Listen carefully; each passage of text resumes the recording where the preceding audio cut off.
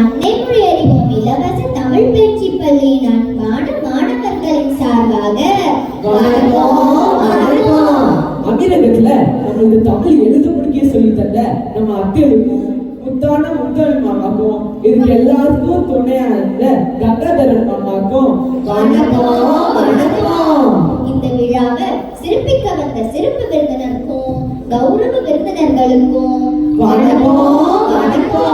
அடுத்ததாக பெற்றோர்களுக்கும் சகோதர சகோதரிகளுக்கும்